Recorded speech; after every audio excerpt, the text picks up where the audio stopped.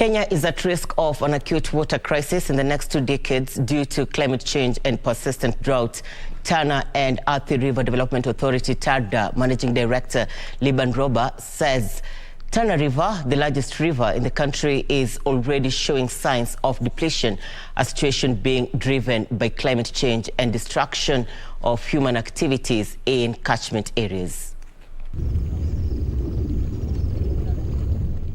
Masinga Dam in Machakos County is one of the 7 Forks hydro stations capable of generating 40 megawatts of power. It relies on water from Tana River to generate power transmitted to Kamburu Power Station for transmission to Nairobi.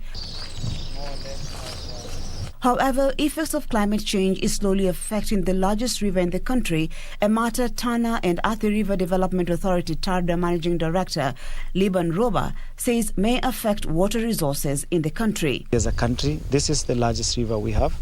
And when you see the water level drop in this river, it tells you what the water level in other places are. This, of course, is a direct impact of climate change. So unless we move with speed, you're aware that globally there will be water stress probably in the next 15-20 years. Kenya is not an island, we are part of this.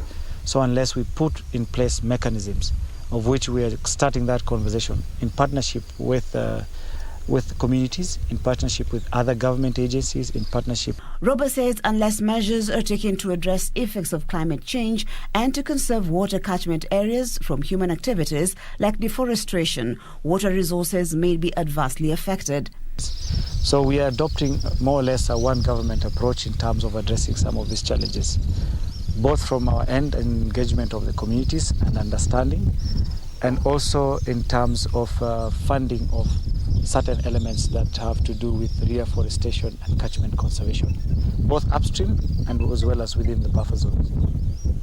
Already Tana and Better Globe Forestry have partnered to plant trees in effort to conserve the environment.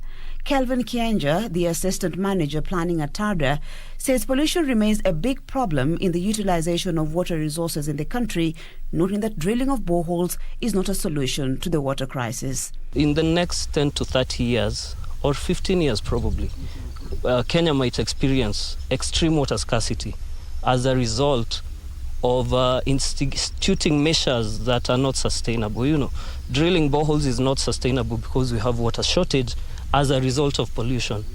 The thing to do would be probably deal with the pollution aspect of it, free up that water that is already flowing, deal with catchment management. Let's have the aquifers being recharged, and then now if there's still more water demand,